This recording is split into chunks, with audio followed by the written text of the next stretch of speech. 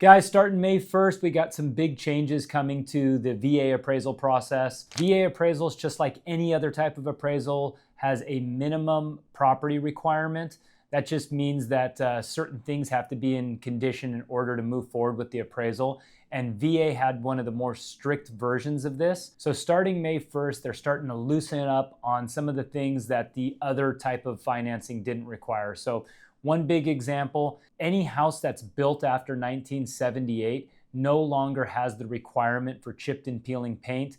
That requirement was in place because, of course, lead-based paint, but anything after 1978 doesn't have the lead-based paint, so we don't have to worry about that requirement. The reason why this has so much relevance is that a lot of sellers didn't really want to accept VA financing if they had an option for conventional because of these minimum property requirements. The next big one is outbuildings. So things that aren't attached to the actual house itself.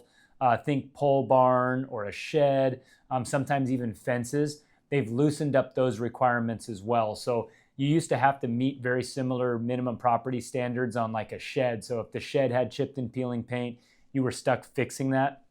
That no longer is a requirement. The big one that will also help us is that VA appraisers had 14 days, business days, to return the appraisal. Now that's down to 8, which will really speed up the process of VA loans.